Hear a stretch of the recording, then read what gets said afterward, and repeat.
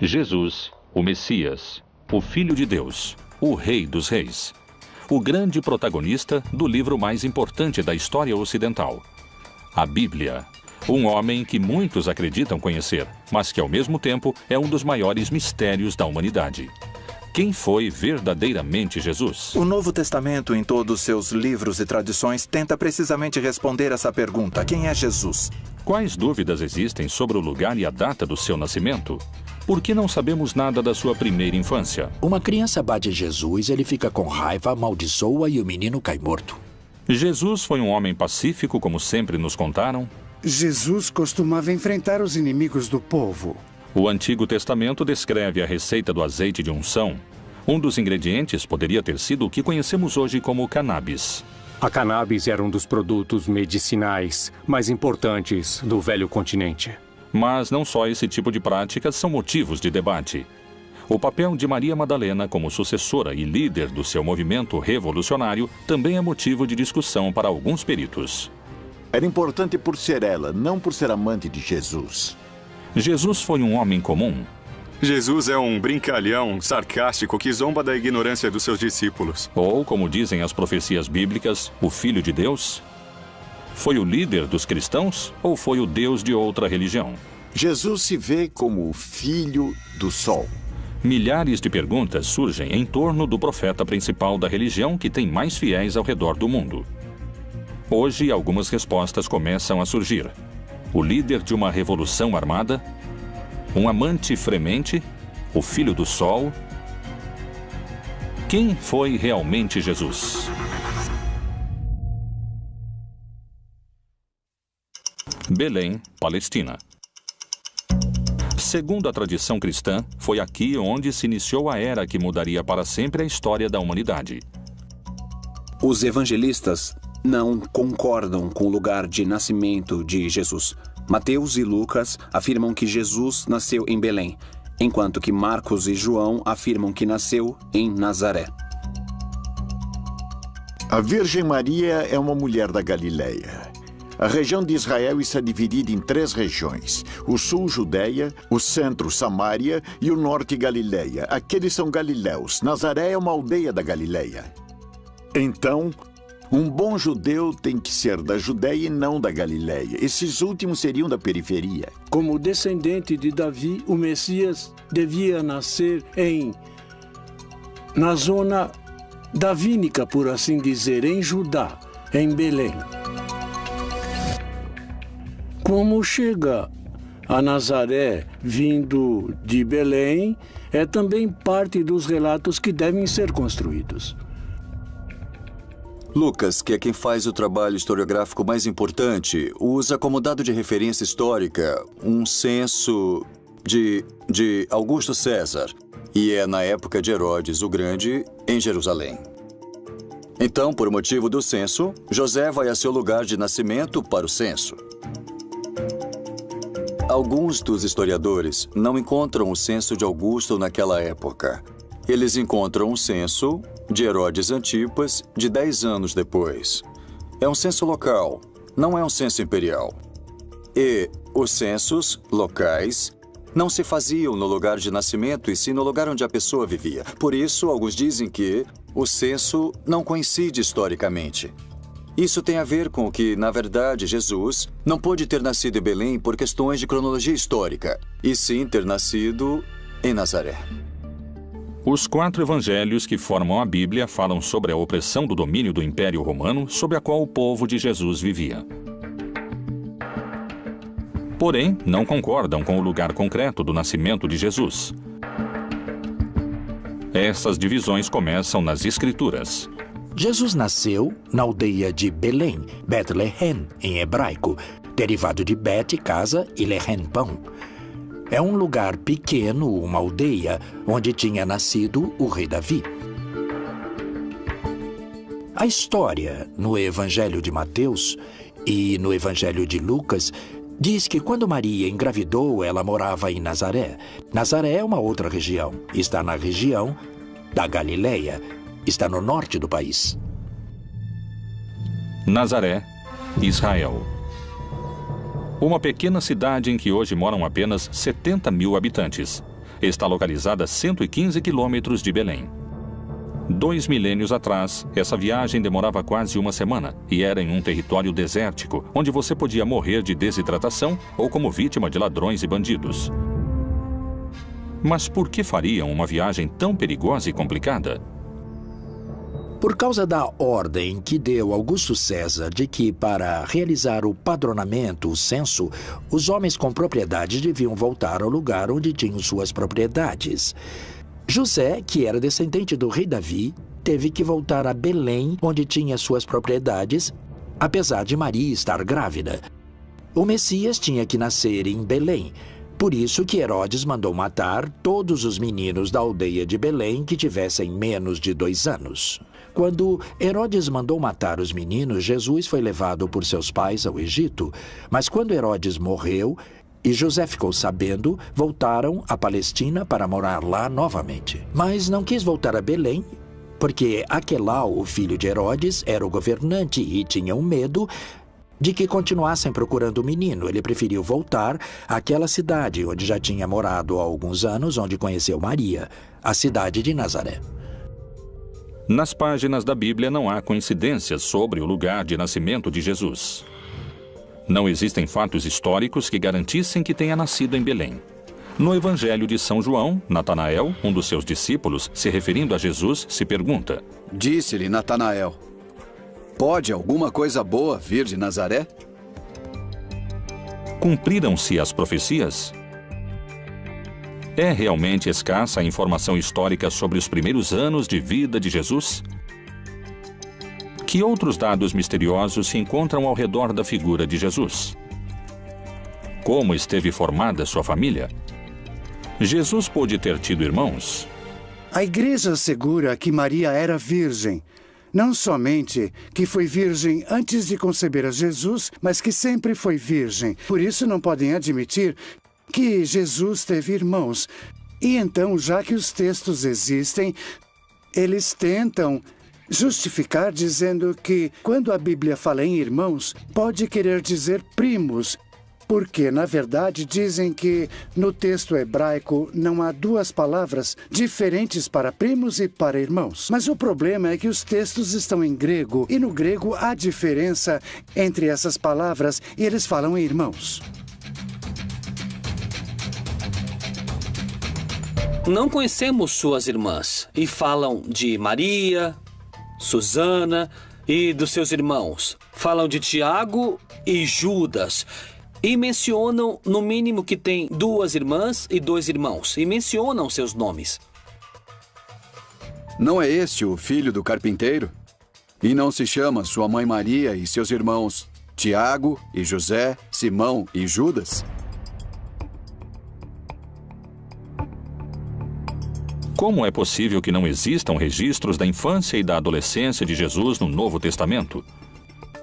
Com o Concílio de Nicéia, ficou uma lista inicial de livros canônicos exigidos, requeridos por Constantino. Ele reuniu os bispos de distintas igrejas para que chegassem a um consenso sobre quais eram os livros inspirados em Deus e aqueles que deveriam ficar de fora. Que enigmas contêm esses textos deixados de fora da Bíblia? Os evangelhos canônicos são também o resultado de diferentes teologias e interpretações de Jesus.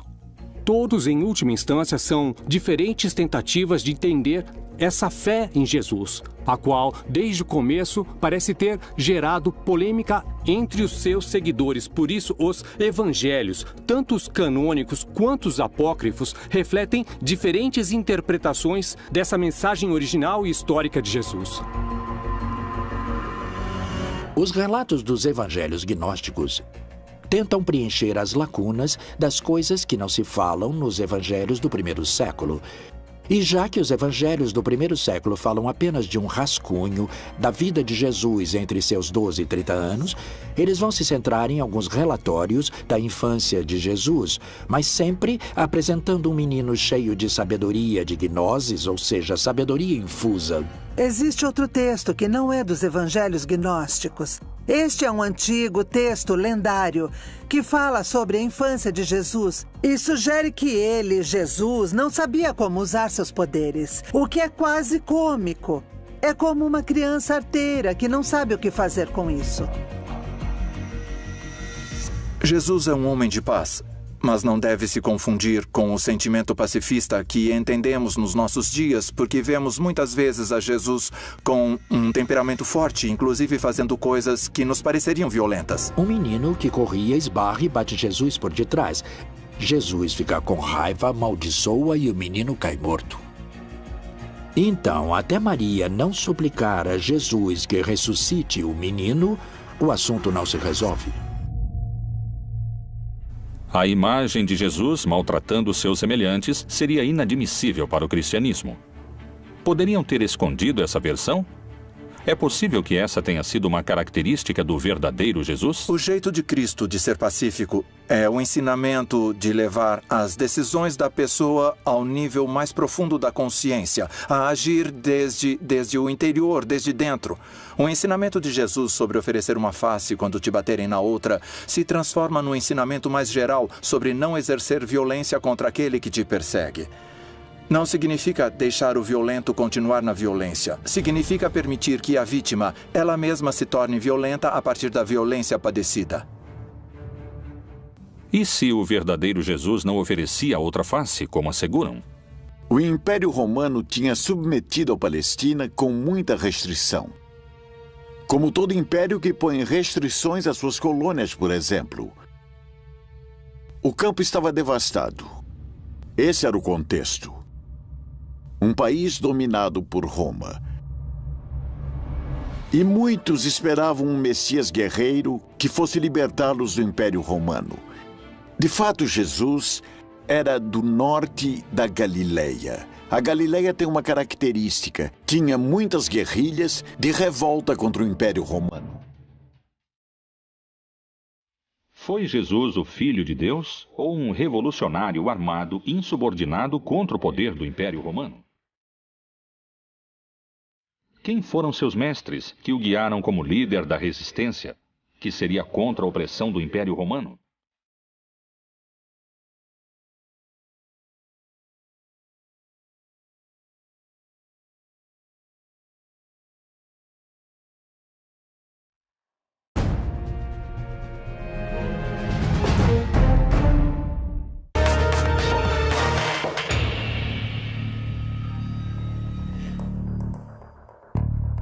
São poucos os dados que se obtêm sobre a juventude de Jesus, e seu lugar de nascimento ainda é um tema de debate. O que ninguém duvida é que lá pelo ano 0 da nossa era, Roma tinha se tornado o império mais extenso antes visto na humanidade. Nos tempos de Jesus, os romanos dominavam o território palestino com opressão e sangue. Qual foi realmente a reação de Jesus diante da opressão romana? Quem foram seus mestres ou mentores? Antes que Jesus se tornasse um líder espiritual, outro homem mobilizava multidões. Era conhecido pelos seus batismos no Rio Jordão. Foi um dos profetas mais importantes da sua época, e para muitos podia chegar a ser o Messias. João Batista foi filho de um sacerdote judeu. E todo sacerdote judeu é filho da família de Arão e da tribo de Levi. Ele começa dizendo que o reino de Deus tinha se aproximado e que quando o reino de Deus se estabelecesse, segundo o Apocalipse, todos os malvados seriam vencidos. E disse que faria uma manifestação da sua decisão em uma ablução ou batismo na água. João Batista era um predicador carismático. Seu sermão começava a ser cada vez mais desconfortável para os líderes romanos. Ele era um revolucionário naquela época. João Batista foi um dos profetas que, naquele momento, lideravam o movimento contra a dominação romana e também contra a dominação sacerdotal. Nesse movimento é que Jesus de Nazaré inicia sua militância. Jesus de Nazaré se incorpora no movimento de Batista. Ele é batizado pelo Batista. O batismo era o sinal de entrada a esse movimento. Herodes Antipas vê que o movimento de Batista é perigoso. Então faz com que o aprisionem e depois com que o assassinem. Nesse momento, quando o aprisionam, Jesus se separa do movimento, sai da Pérea e volta à sua terra, que é a Galileia, e ali começa a formar seu próprio movimento.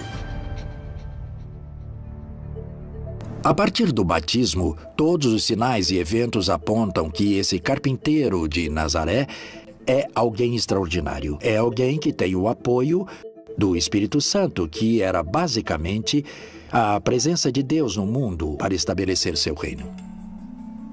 Jesus se tornaria o líder de um movimento cada vez mais multitudinário. Que filosofia ou prática cumpriam os essênios naquela época?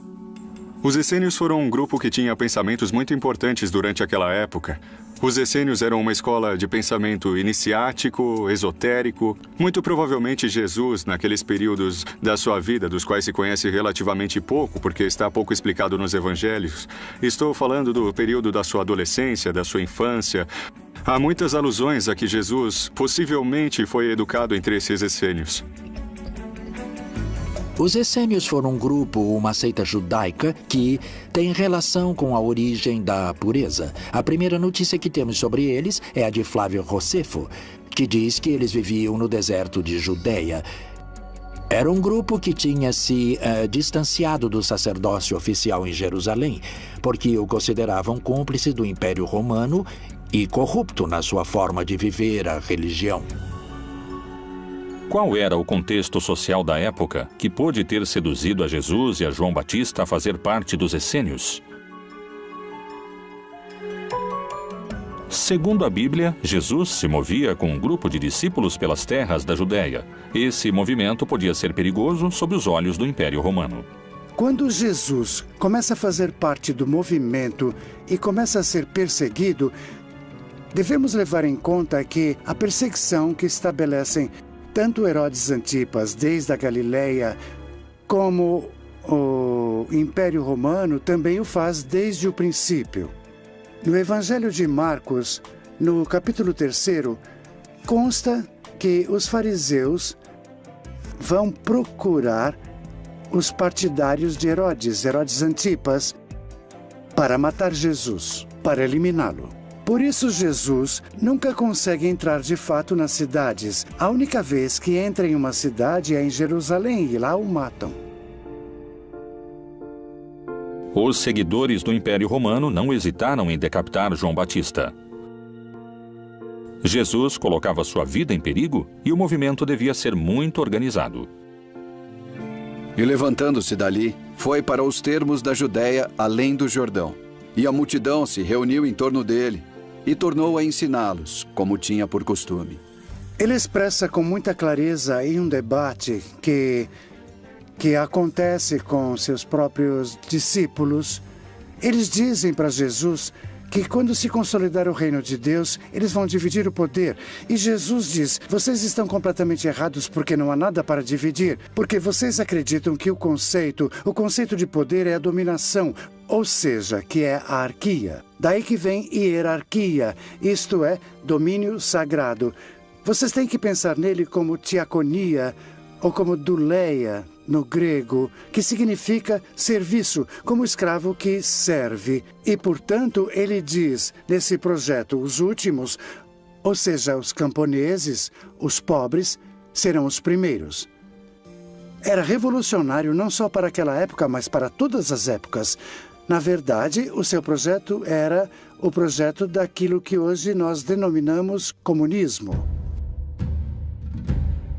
Quais poderiam ter sido os motivos pelos quais seu movimento teria aumentado a quantidade de seguidores exponencialmente? Evidentemente, os signos extraordinários que Jesus Cristo realizou puderam gerar um assombro e um crescimento no grupo daqueles que o seguiam. Os evangelhos, além de falarem sobre eventos pontuais de milagres, fazem sumários que também nos permitem entender quais seriam essas atividades.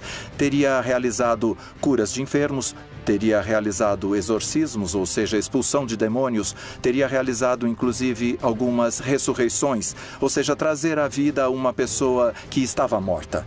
Teria realizado a multiplicação dos pães, teria caminhado sobre as águas. Portanto, uma série de sinais que nos demonstram que chegou o reino de Deus e que ele é uma pessoa autorizada, inclusive sobre as forças da natureza. Jesus percorria as terras da Judéia se protegendo dos romanos. Mas seu caminho tinha um destino claro. O mais perigoso de todos, onde o estavam esperando o poder judeu e os romanos, Jerusalém. A célebre entrada de Jesus em Jerusalém é uma revolta. Os camponeses iam cumprir um rito religioso e, portanto, iam cumprir esse rito entusiasmados. Mas, por outro lado, eles se encontravam no templo com seus dominadores, os sacerdotes, os quais tinham no templo as escrituras de suas propriedades que eles deveriam entregar. E por isso se dá o surto ali no templo. E é ali que Jesus manda embora os mercadores do templo. Mas além disso expressa que o templo é como a figueira que não dá frutos. Ou seja, o templo é como essa árvore estéril que não dá frutos e que por isso deve ser queimada.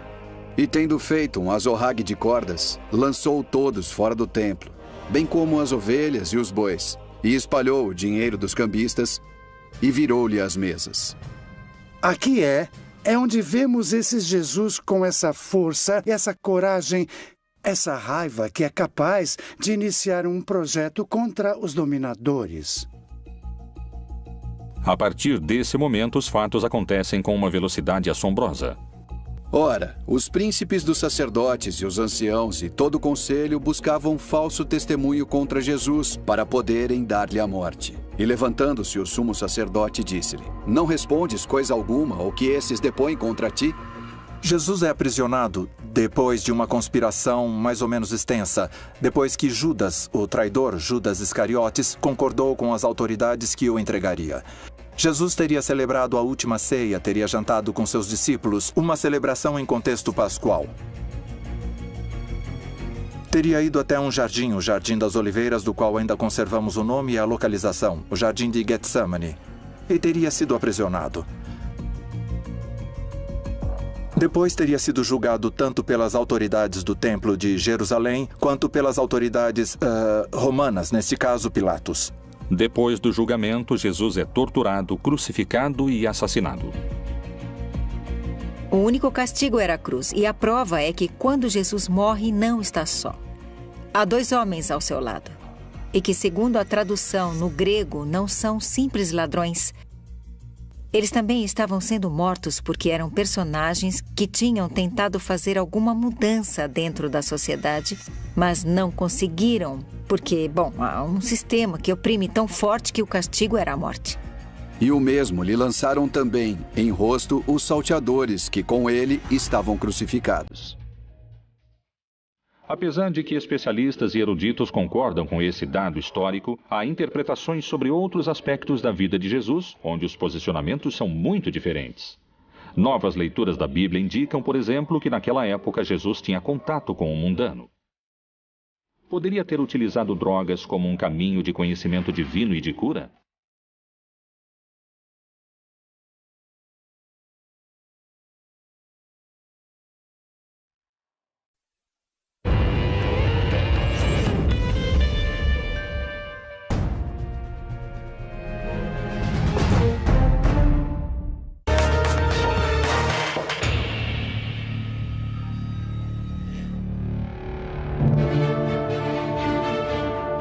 Segundo o que conta a tradição bíblica, durante seus anos, Jesus percorreu as terras da Judéia fazendo milagres. Para alguns teólogos e estudiosos bíblicos, Jesus tinha contato com o profano e terreno. E na vida comunitária, as drogas cumpriam um papel central. Poderia ter utilizado drogas como um caminho de conhecimento divino ou de cura? Possivelmente utilizou essas plantas. Jesus também utiliza plantas medicinais para suas curas. É bem possível. Em Mateus, pode-se ler que Jesus cura a sogra de Pedro.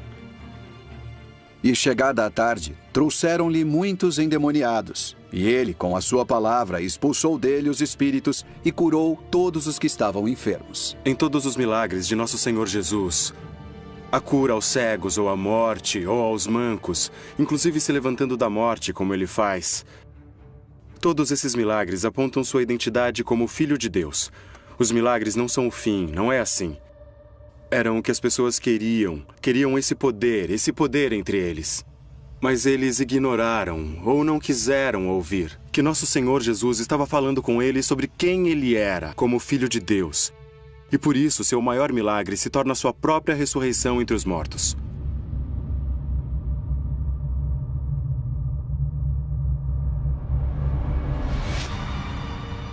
Por onde ele passasse a mão dele, a saúde se propagava. Jesus, o Messias. Foi capaz de realizar milagres ou estamos na presença de alucinações coletivas? Acredito que todos os grupos religiosos e místicos que desenvolveram diferentes práticas espirituais ao longo da história incorreram em práticas que favorecem a formação de estados de consciência pouco comuns ou também pouco raros. Como, por exemplo, a dança frenética que acontecia às vezes dentro de casas, e sabe-se que elas ficavam cheias de fumaça e que no meio de uma dança ou de um baile muito intenso geravam estados de êxtase. E seguramente puderam ter sido utilizados entorpecentes naturais que eles alegavam que tinham alcance, claro, como são utilizados por pessoas hoje em dia. No Evangelho de Marcos, se faz referência ao caráter curativo do azeite de unção, com o qual os 12 apóstolos banhavam os doentes. E expulsavam muitos demônios, e ungiam muitos enfermos com óleo, e os curavam. Quais eram os elementos que transformavam esse azeite em um líquido altamente curativo? Temos os ingredientes definidos com bastante exatidão, estão descritos na Bíblia e inclusive temos as quantidades que devem ser agregadas ao azeite para poder realizar essa mistura, esse azeite de unção. Tem alguns componentes como a mirra, como a canela, como o canebossem, que provavelmente é um dos indícios de que temos o uso da cannabis desde os tempos bíblicos. No Antigo Testamento, no Êxodo 30, de 22 a 25, Jeová fala com Moisés e lhe indica a receita correta do azeite de unção. Tu, pois, toma para ti das principais especiarias. Da mais pura mirra, 500 ciclos, e da canela aromática a metade, a saber, 250 ciclos.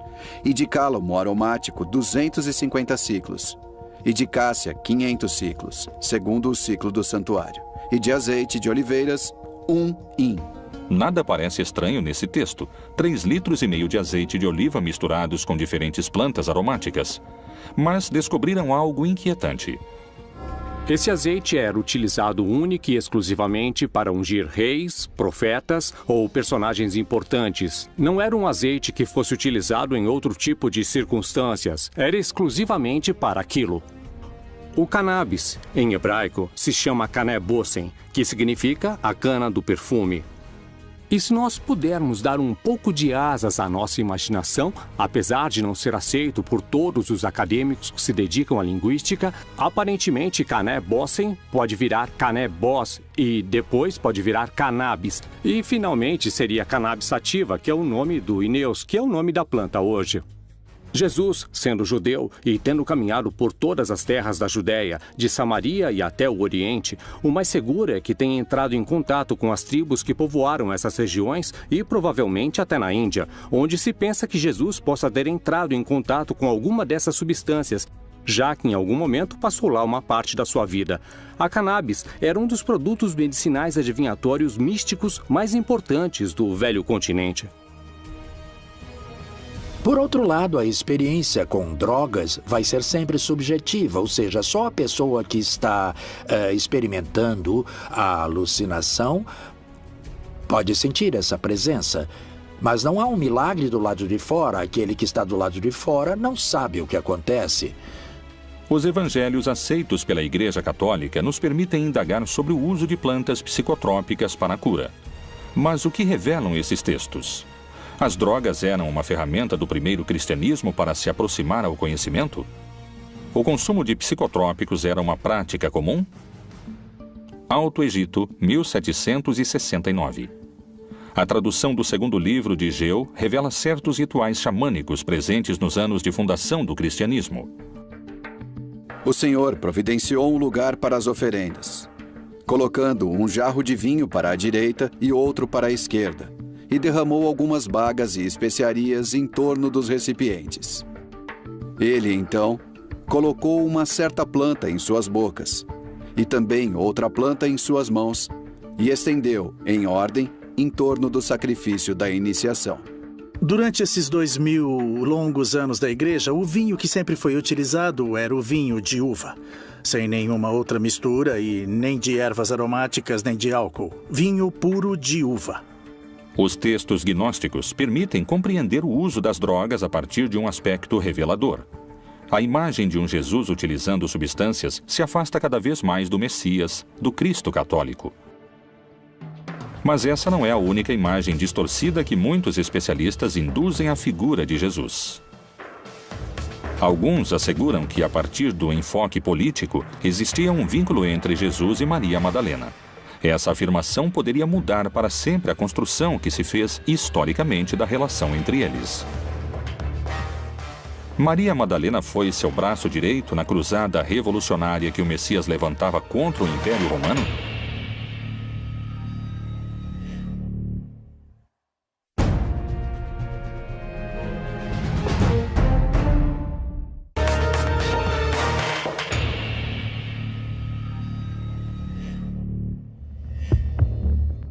O uso das plantas com poder curativo continua sendo um dos mistérios que cercam a vida de Jesus.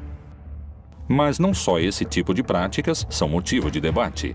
O papel de Maria Madalena como sucessora e líder do seu movimento revolucionário também está em discussão, segundo especialistas.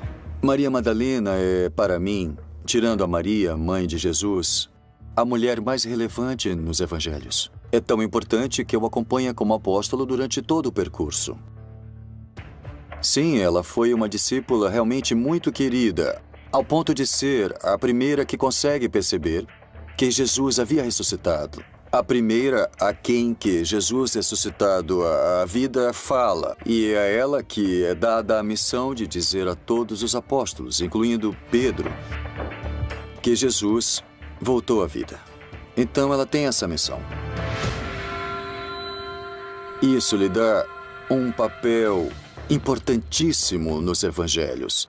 Digo novamente, depois de Maria, a mãe de Jesus, é a mulher que eu arrisco a chamar praticamente de apóstolo. É a mulher mais importante dos evangelhos. A Bíblia e o Novo Testamento apresentam muitas Marias, mas essa é específica. Maria Madalena, isso é claro. E essa mulher, que era uma mulher descentrada, destruída, vai se tornar pouco a pouco a discípula preferida. Obviamente, para um mundo patriarcal, machista, isso não é possível. Que aquela que vá na frente junto com o mestre seja uma mulher. Aquela que era uma pessoa da qual expulsaram 7 demônios, destruída, tornou-se a mestre. Aquela que melhor entendeu o que significava essa nova versão religiosa. É a discípula mais avançada de Jesus. No simbolismo místico, está escrito que quando alguém começa a vida mística, beija Jesus nos pés. Quando está mais avançado, beija Jesus nas mãos. Quando se transforma em Jesus, beija Jesus na boca. E os textos gnósticos dizem que ela é a única que beijava Jesus na boca. Tem diversos textos que provam incisivamente que tanto as mulheres como os homens faziam parte do projeto de Jesus. Esses textos nos ajudam a entender a radicalidade da revolução que significa o projeto de Jesus, porque a liberação da mulher é uma coisa absolutamente impensada naquela época. E pensemos que, nesse momento, ainda estamos lutando por isso. E que Jesus já tinha se adiantado completamente a tudo isso. E em seu movimento, tanto homens quanto mulheres participavam em condições semelhantes. Os livros gnósticos ajudam a formar uma opinião diferente daquela que pode se encontrar entre as páginas do livro sagrado. Akhmin, Egito, também conhecida como Panópolis. Durante o século IV e o século V, foi uma das capitais do cristianismo copto. Em janeiro de 1896, um grupo de arqueólogos trabalhava num antigo cemitério cristão. Surpreendentemente, descobriram um códice antigo, que continha uma série de papiros escritos em copto. O códice foi doado ao Museu de Berlim. Sobreviveu nos arquivos do Museu Alemão a 2 guerras mundiais. Teve que esperar até 1955 para ser traduzido. E então se fez público uma descoberta reveladora. O Códice de Armin continha 4 textos gnósticos. Um deles era o Evangelho de Maria Madalena. Faz pouco tempo encontrou-se o Evangelho de Maria Madalena, onde ela aparece muito como um líder entre os apóstolos. É ela que se reúne com os outros quando estão com medo de sair para pregar o Evangelho, porque temem morrer como Jesus morreu. E ela fica em pé e diz que tem coragem, porque o Senhor nos transformou, e então ela lhes prega a palavra de Jesus. O Evangelho de Maria Madalena se refere que a mulher vai ter uma importância muito grande pelo motivo de que é necessário retomar as ideias de que Deus também é feminino ou que também há deusas. Isso é, aqui há uma influência gnóstica no que se refere à ideia de uma deidade feminina, planteada em muitas religiões. Daí é que Maria Madalena vai representar uma mulher iniciada na sabedoria. Só existem 3 códices que contêm o Evangelho de Maria Madalena, 2 no grego e 1 em língua copta. Nenhum está completo e só se recuperaram alguns fragmentos. Esses textos poderiam mencionar Maria Madalena como líder do movimento de Jesus? Ela prega sobre a palavra de Jesus e mais tarde Pedro lhe diz: não acredito que o Senhor tenha dito isso, creio que ela está inventando e que ela mente. E ela começou a chorar e disse: irmão Pedro, eu não sei do que está falando. Então, os outros discípulos entraram e também começaram a defender Maria e disseram que o Senhor amava muito. Quem é você para dizer que ela é uma pessoa inferior? Depois de ter dito isso, Maria Madalena se calou. Pedro respondeu e disse aos irmãos: dizei o que tendes para dizer sobre o que ela falou. Eu, de minha parte, não acredito que o Salvador tenha dito isso. Então, Pedro ainda estava com raiva de Maria. Mas Maria ganhou a discussão no Evangelho secreto, que nunca fez parte do Novo Testamento, talvez por esse motivo. Nos canônicos, Maria Madalena é a testemunha da morte, da sepultura e da ressurreição. A primeira pessoa a quem ele fala é a mulher chamada Maria Madalena. O fato de que Jesus fale com Maria Madalena antes de falar com qualquer outro dos discípulos poderia significar que é ela quem ele escolhe como sucessora do seu movimento? Era uma mulher que era importante por ser ela, não por ser amante de Jesus. Obviamente, porque Jesus morto lhe deixa o poder à amante. E pega o valor e pega a força de ser a líder de uma comunidade religiosa sendo mulher. E a envia a anunciar a seus homens que ele está ressuscitado. Pedro entra no túmulo e não o vê. Quando Pedro sai, ela entra e é com ela que ele fala, não com o homem. E ela tromba com ele e não o reconhece. E ela pergunta: onde você colocou o corpo do meu senhor? Então ele a chama por seu nome. Miriam, ele diz. Quando falam teu nome, você sabe que é você sujeito. Quando ele a chama, ela o reconhece. Ela percebe que é Jesus. Através dessa exposição, procuram legitimar uma corrente de comando que se transmite através da ressurreição à sua primeira testemunha. E Jesus, tendo ressuscitado na manhã do primeiro dia da semana, apareceu primeiramente a Maria Madalena, da qual tinha expulsado 7 demônios. Ela é de uma cidade, Migdal. Por isso é Maria Madalena ou Migdal. Migdal quer dizer torre fortificada. No lago de Tiberíades havia um porto de pescadores. Ela é de Migdal, por isso seu nome era Miriam, Maria de Magdala. O fato de Maria Madalena não levar unido o nome ou o sobrenome do seu pai ou do seu marido, mas o da sua cidade, indicava na época que era alguém independente. Não estava submetida a outras pessoas e tinha autoridade para fazer parte do grupo de Jesus. Uma mulher tão renomada como Madalena é sempre citada como a mulher de Magdala, ou seja, a Madalena. Esse é um título de homem, não é um título de mulher, porque as mulheres sempre eram citadas como mulher, esposa de ou filha de, mas não como mulher, cujo sobrenome é o lugar onde ela mora. Isso era comum nos homens. Em contrapartida, Madalena já carrega um valor em si. Como pedem alguns pesquisadores, talvez seja o momento de revisar o legado histórico de Maria Madalena e descobrir se ela foi a verdadeira líder que levou adiante o movimento de Jesus depois da sua morte.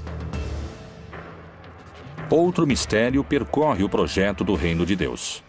A Igreja Católica teria escondido um segredo que poderia questionar 2000 anos de cristandade?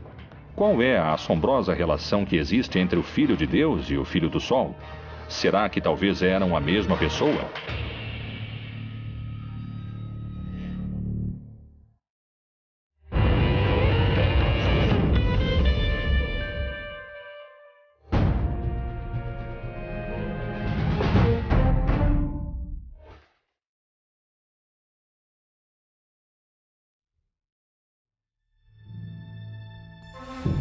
As questões sobre a origem do lugar de nascimento de Jesus, sobre se ele pertenceu ou não a um movimento revolucionário, o uso de drogas com poder curativo e o legado político de Maria Madalena seguiram sendo um mistério de debate.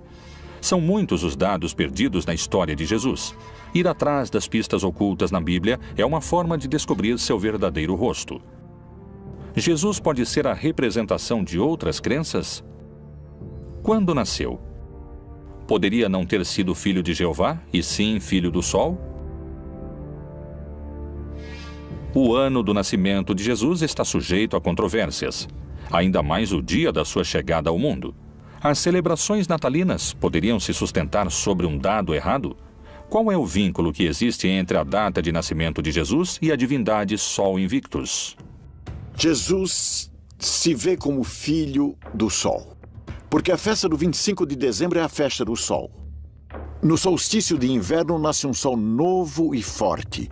E no dia 25 de dezembro se celebrava a festa do novo sol. Por isso, nessa festa pagã se monta a festa cristã da Natividade do Senhor. Historicamente, não temos o dia em que nasceu Jesus, nem o mês, simbolicamente, pelo sol. Como foi feito em muitas latitudes em diversas épocas, alguns grupos cristãos tentaram criar datas, construir templos sobre datas ou sobre lugares das crenças antigas. Então, na verdade, em 25 de dezembro, nós temos o solstício de inverno, em que todos os povos antigos pensavam que o sol morria e voltava a nascer. A religiosidade primitiva venerou o sol como o deus principal. Sua figura pode se encontrar representada nos principais credos. Kinish Ahau é a cosmogonia maia, Inti na religiosidade inca, Hélio no Olimpo grego, Ra na cultura egípcia. E é por isso que tinham cultos tão importantes para ajudar o sol a voltar a recuperar sua força para não ser devorado pelas trevas. E nesse contexto, pouco a pouco, tanto em lugares como Roma, como no norte da Europa, foi se assimilando o nascimento de Cristo às festas solares. E muitos elementos natalinos, como as esferas, a adoração ao pinheiro, eram, na verdade, pertencentes às religiões que adoravam o sol. Jesus parece ser a representação das divindades pagãs. Percorre o mesmo caminho do Deus Sol. Realmente existiu ou é uma criação arquetípica? A Bíblia apresenta uma versão de Jesus. Mas, indagando nos seus segredos, podem-se encontrar muitas perguntas sem respostas contundentes. Foi o maior dos profetas? Foi um revolucionário? Quem é esse impactante homem que 2000 anos depois da sua morte continua mobilizando multidões? Jesus, outro dos grandes mistérios da Bíblia Proibida.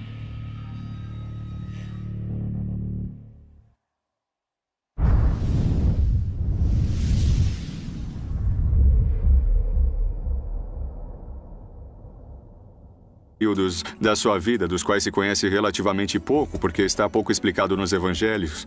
Estou falando do período da sua adolescência, da sua infância. Há muitas alusões a que Jesus possivelmente foi educado entre esses essênios. Os essênios foram um grupo, uma seita judaica, que tem relação com a origem da pureza. A primeira notícia que temos sobre eles é a de Flávio Josefo, que diz que eles viviam no deserto de Judeia. Era um grupo que tinha se distanciado do sacerdócio oficial em Jerusalém, porque o consideravam cúmplice do Império Romano e corrupto na sua forma de viver a religião. Qual era o contexto social da época que pôde ter seduzido a Jesus e a João Batista a fazer parte dos essênios? Segundo a Bíblia, Jesus se movia com um grupo de discípulos pelas terras da Judéia. Esse movimento podia ser perigoso sob os olhos do Império Romano. Quando Jesus começa a fazer parte do movimento e começa a ser perseguido, devemos levar em conta que a perseguição que estabelecem tanto Herodes Antipas, desde a Galileia, como o Império Romano, também o faz desde o princípio. No Evangelho de Marcos, no capítulo 3, consta que os fariseus vão procurar os partidários de Herodes Antipas, para matar Jesus, para eliminá-lo. Por isso, Jesus nunca consegue entrar de fato nas cidades. A única vez que entra em uma cidade é em Jerusalém e lá o matam. Os seguidores do Império Romano não hesitaram em decapitar João Batista. Jesus colocava sua vida em perigo e o movimento devia ser muito organizado. E levantando-se dali, foi para os termos da Judéia, além do Jordão. E a multidão se reuniu em torno dele e tornou a ensiná-los, como tinha por costume. Ele expressa com muita clareza em um debate que acontece com seus próprios discípulos.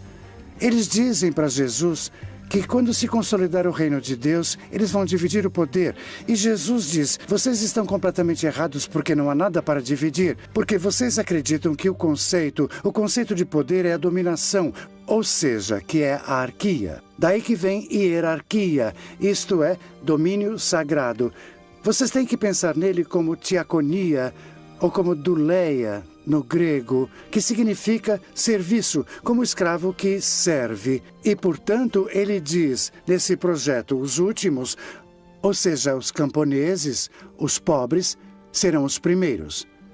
Como o canebossem, que provavelmente é um dos indícios de que temos o uso da cannabis desde os tempos bíblicos.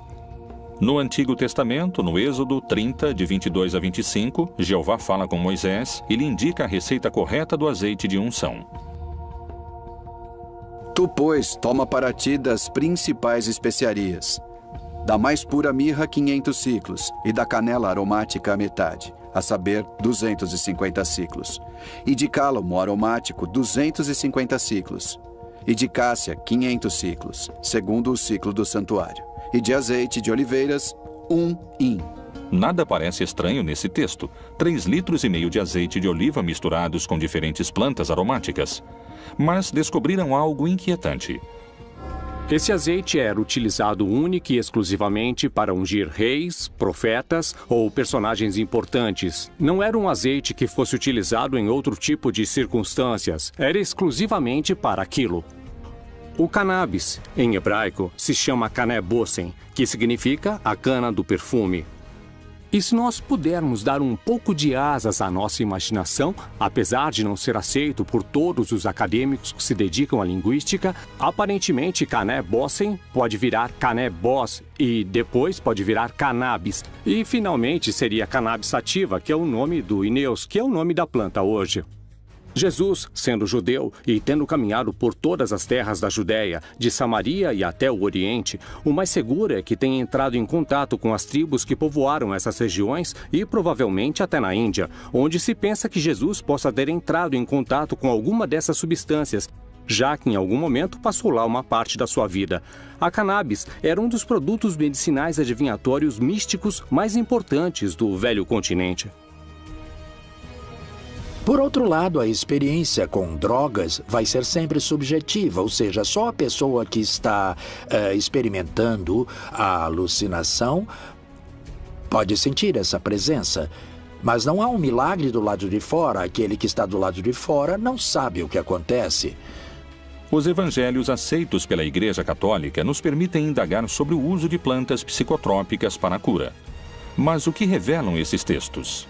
As drogas eram uma ferramenta do primeiro cristianismo para se aproximar ao conhecimento? O consumo de psicotrópicos era uma prática comum? Alto Egito, 1769. A tradução do segundo livro de Geu revela certos rituais xamânicos presentes nos anos de fundação do cristianismo. O Senhor providenciou um lugar para as oferendas, colocando um jarro de vinho para a direita e outro para a esquerda, e derramou algumas bagas e especiarias em torno dos recipientes.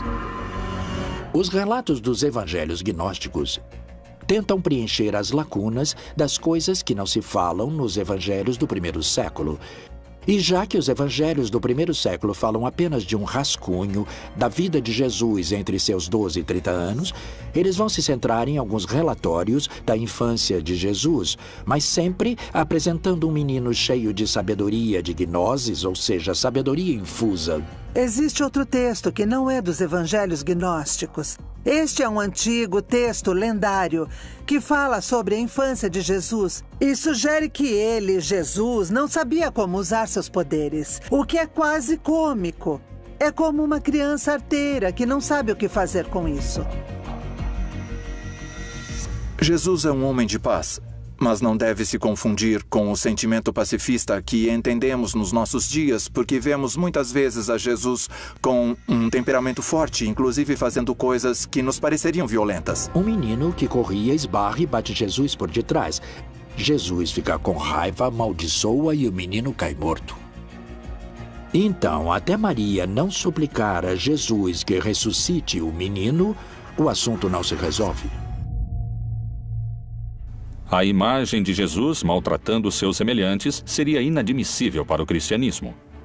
Poderiam ter escondido essa versão?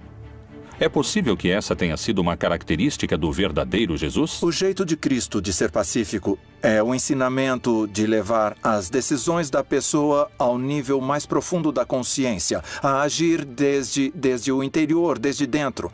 O ensinamento de Jesus sobre oferecer uma face quando te baterem na outra se transforma num ensinamento mais geral sobre não exercer violência contra aquele que te persegue. Não significa deixar o violento continuar na violência. Significa permitir que a vítima, ela mesma, se torne violenta a partir da violência padecida. E se o verdadeiro Jesus não oferecia outra face, como asseguram? O Império Romano tinha submetido a Palestina com muita restrição.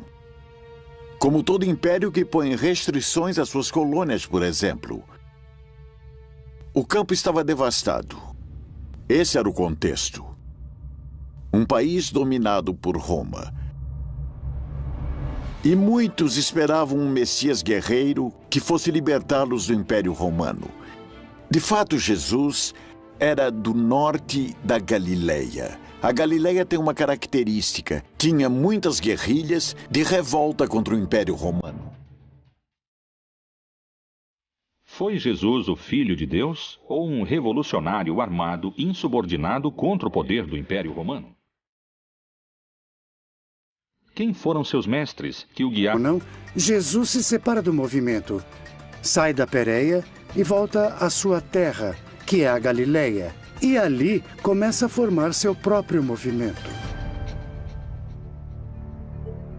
A partir do batismo, todos os sinais e eventos apontam que esse carpinteiro de Nazaré é alguém extraordinário. É alguém que tem o apoio do Espírito Santo, que era basicamente a presença de Deus no mundo para estabelecer seu reino. Jesus se tornaria o líder de um movimento cada vez mais multitudinário. Que filosofia ou prática cumpriam os essênios naquela época? Os essênios foram um grupo que tinha pensamentos muito importantes durante aquela época. Os essênios eram uma escola de pensamento iniciático, esotérico. Muito provavelmente Jesus, naqueles períodos da sua vida, dos quais se conhece relativamente pouco, porque está pouco explicado nos evangelhos. Estou falando do período da sua adolescência, da sua infância. Há muitas alusões a que Jesus possivelmente foi educado entre esses essênios. Os essênios foram um grupo, uma seita judaica, que tem relação com a origem da pureza. A primeira notícia que temos sobre eles é a de Flávio Josefo, que diz que eles viviam no deserto de Judeia. Era um grupo que tinha se distanciado do sacerdócio oficial em Jerusalém, porque o consideravam cúmplice do Império Romano e corrupto na sua forma de viver a religião. Qual era o contexto social da época que pôde ter seduzido a Jesus e a João Batista a fazer parte dos essênios? Segundo a Bíblia, Jesus se movia com um grupo de discípulos pelas terras da Judéia. Esse movimento podia ser perigoso sob os olhos do Império Romano. Quando Jesus começa a fazer parte do movimento e começa a ser perseguido, devemos levar em conta que a perseguição que estabelecem tanto Herodes Antipas, desde a Galileia, como o Império Romano também o faz desde o princípio. No Evangelho de Marcos, no capítulo 3, consta que os fariseus vão procurar os partidários de Herodes Antipas, para matar Jesus, para eliminá-lo. Por isso, Jesus nunca consegue entrar de fato nas cidades. A única vez que entra em uma cidade é em Jerusalém e lá o matam. Os seguidores do Império Romano não hesitaram em decapitar João Batista. Jesus colocava sua vida em perigo e o movimento devia ser muito organizado. E levantando-se dali, foi para os termos da Judéia, além do Jordão.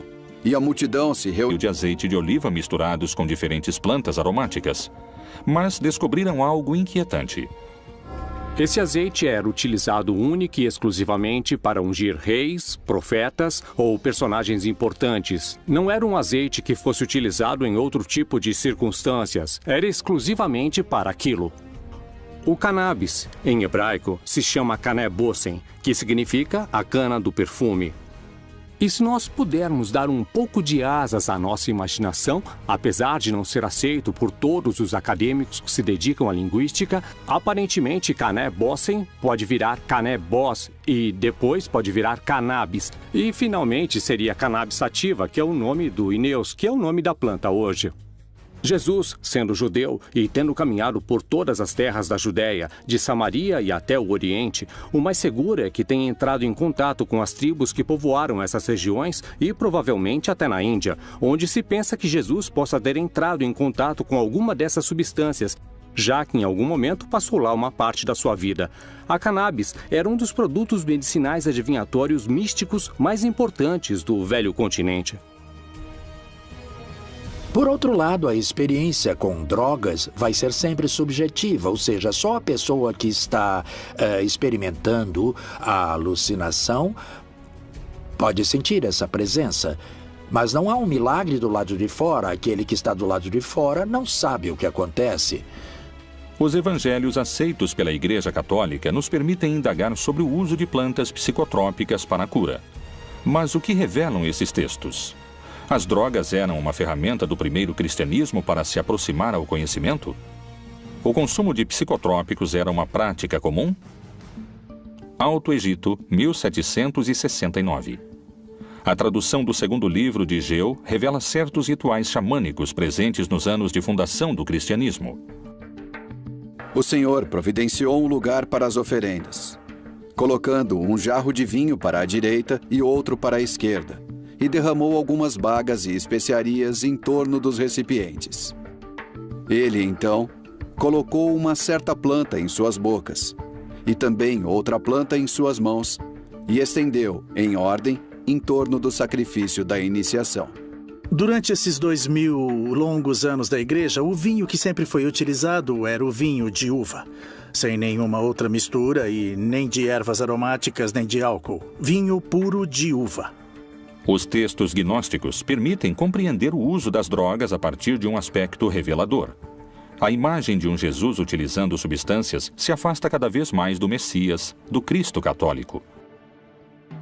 Mas essa não é a única imagem distorcida que muitos especialistas induzem e descobrir se ela foi a verdadeira líder que levou adiante o movimento de Jesus depois da sua morte.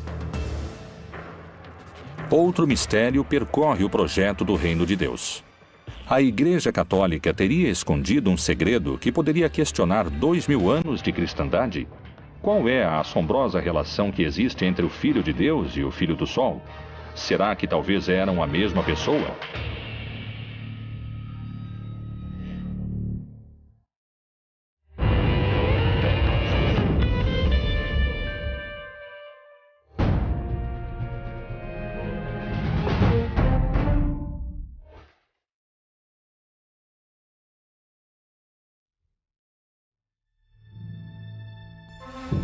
As questões sobre a origem do lugar de nascimento de Jesus, sobre se ele pertenceu ou não a um movimento revolucionário, o uso de drogas com poder curativo e o legado político de Maria Madalena seguiram sendo um mistério de debate. São muitos os dados perdidos na história de Jesus. Ir atrás das pistas ocultas na Bíblia é uma forma de descobrir seu verdadeiro rosto. Jesus pode ser a representação de outras crenças? Quando nasceu? Poderia não ter sido filho de Jeová, e sim filho do Sol? O ano do nascimento de Jesus está sujeito a controvérsias, ainda mais o dia da sua chegada ao mundo. As celebrações natalinas poderiam se sustentar sobre um dado errado? Qual é o vínculo que existe entre a data de nascimento de Jesus e a divindade Sol Invictus? Jesus se vê como filho do Sol. Porque a festa do 25 de dezembro é a festa do Sol. No solstício de inverno nasce um sol novo e forte. E no dia 25 de dezembro se celebrava a festa do novo sol. Por isso, nessa festa pagã se monta a festa cristã da Natividade do Senhor. Historicamente, não temos o dia em que nasceu Jesus, nem o mês, simbolicamente, pelo sol. Como foi feito em muitas latitudes em diversas épocas, alguns grupos cristãos tentaram criar datas, construir templos sobre datas ou sobre lugares das crenças antigas. Então, na verdade, em 25 de dezembro, nós temos o solstício de inverno, em que todos os povos antigos pensavam que o sol morria e voltava a nascer. A religiosidade primitiva venerou o sol como o deus principal. Sua figura pode se encontrar representada nos principais credos. Kinish Ahau é a cosmogonia maia, Inti na religiosidade inca, Hélio no Olimpo grego, Ra na cultura egípcia. E é por isso que tinham cultos tão importantes para ajudar o sol a voltar a recuperar. Divino ou de cura? Possivelmente utilizou essas plantas. Jesus também utiliza plantas medicinais para suas curas. É bem possível. Em Mateus, pode-se ler que Jesus cura a sogra de Pedro. E chegada a tarde, trouxeram-lhe muitos endemoniados. E ele, com a sua palavra, expulsou dele os espíritos e curou todos os que estavam enfermos. Em todos os milagres de nosso Senhor Jesus, a cura aos cegos ou à morte ou aos mancos, inclusive se levantando da morte como ele faz. Todos esses milagres apontam sua identidade como Filho de Deus. Os milagres não são o fim, não é assim. Eram o que as pessoas queriam esse poder entre eles. Mas eles ignoraram ou não quiseram ouvir que nosso Senhor Jesus estava falando com eles sobre quem ele era como Filho de Deus. E por isso, seu maior milagre se torna sua própria ressurreição entre os mortos.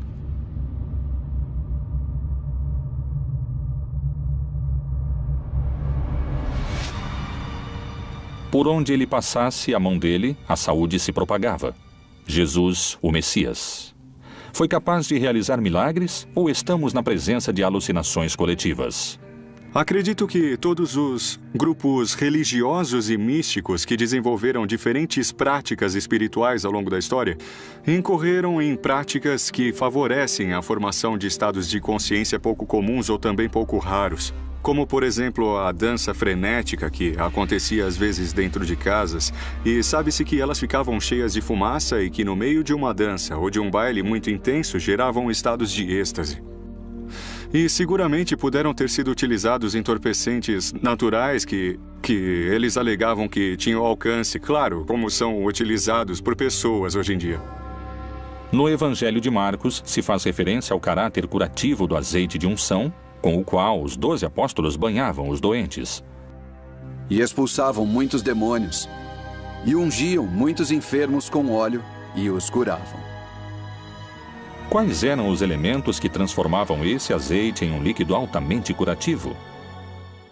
Temos os ingredientes definidos com bastante exatidão, estão descritos na Bíblia e inclusive temos as quantidades que devem ser agregadas ao azeite para poder realizar essa mistura, esse azeite de unção. Tem alguns componentes como a mirra, como a canela, como o canebossem, que provavelmente é um dos indícios de que temos o uso da cannabis desde os tempos bíblicos.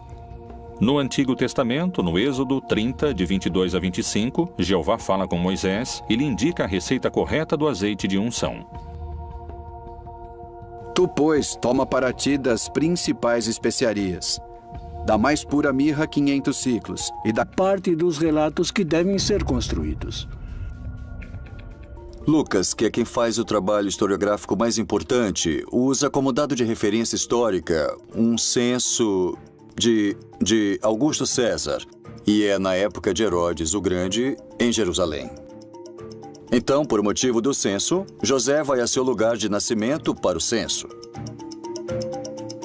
Alguns dos historiadores não encontram o censo de Augusto naquela época. Eles encontram um censo de Herodes Antipas de 10 anos depois. É um censo local, não é um censo imperial.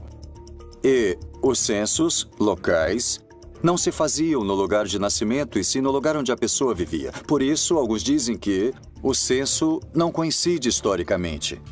Isso tem a ver com que, na verdade, Jesus não pôde ter nascido em Belém por questões de cronologia histórica, e sim ter nascido em Nazaré. Os 4 evangelhos que formam a Bíblia falam sobre a opressão do domínio do Império Romano sobre a qual o povo de Jesus vivia. Porém, não concordam com o lugar concreto do nascimento de Jesus. Essas divisões começam nas Escrituras. Jesus nasceu na aldeia de Belém, Bethlehem, em hebraico, derivado de Bet, casa, e Lehem, pão. É um lugar pequeno, uma aldeia, onde tinha nascido o rei Davi. A história, no Evangelho de Mateus e no Evangelho de Lucas, diz que quando Maria engravidou, ela morava em Nazaré.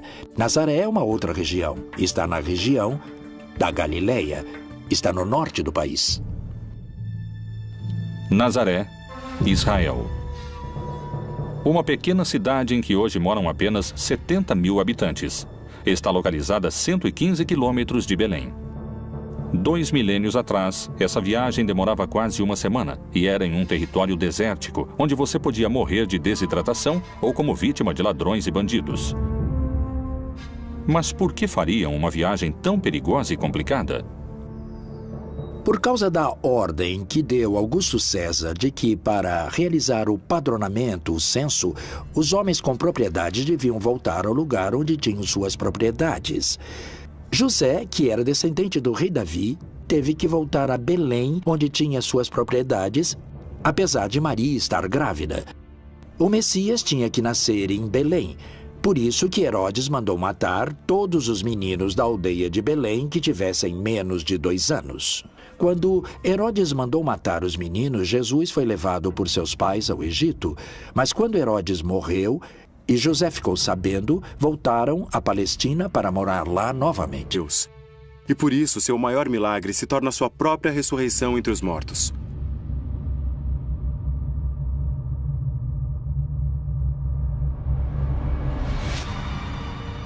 Por onde ele passasse a mão dele, a saúde se propagava. Jesus, o Messias.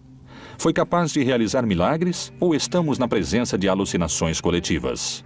Acredito que todos os grupos religiosos e místicos que desenvolveram diferentes práticas espirituais ao longo da história incorreram em práticas que favorecem a formação de estados de consciência pouco comuns ou também pouco raros, como, por exemplo, a dança frenética que acontecia às vezes dentro de casas, e sabe-se que elas ficavam cheias de fumaça e que no meio de uma dança ou de um baile muito intenso geravam estados de êxtase.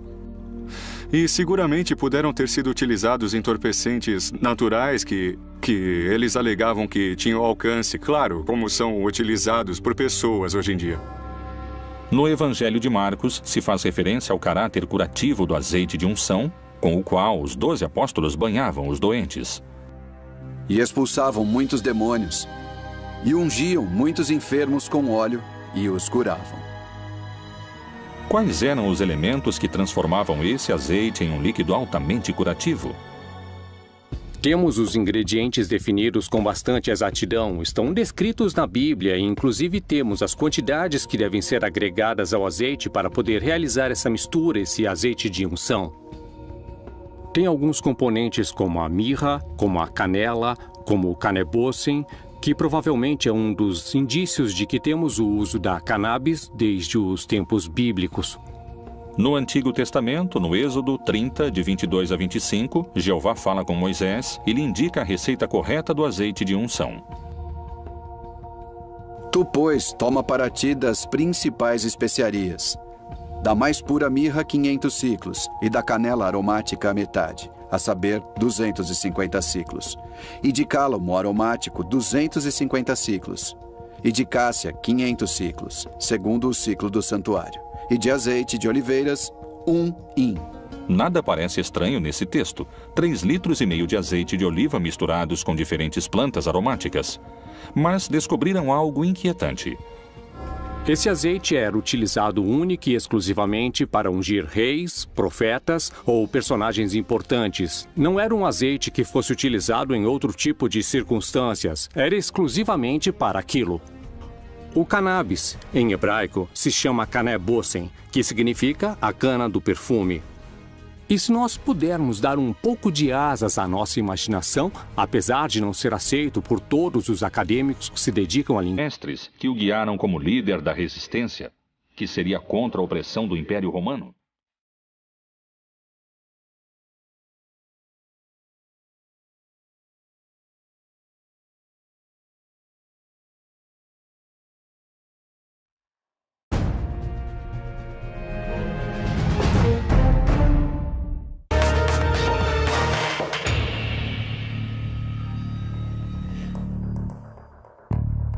São poucos os dados que se obtêm sobre a juventude de Jesus, e seu lugar de nascimento ainda é um tema de debate.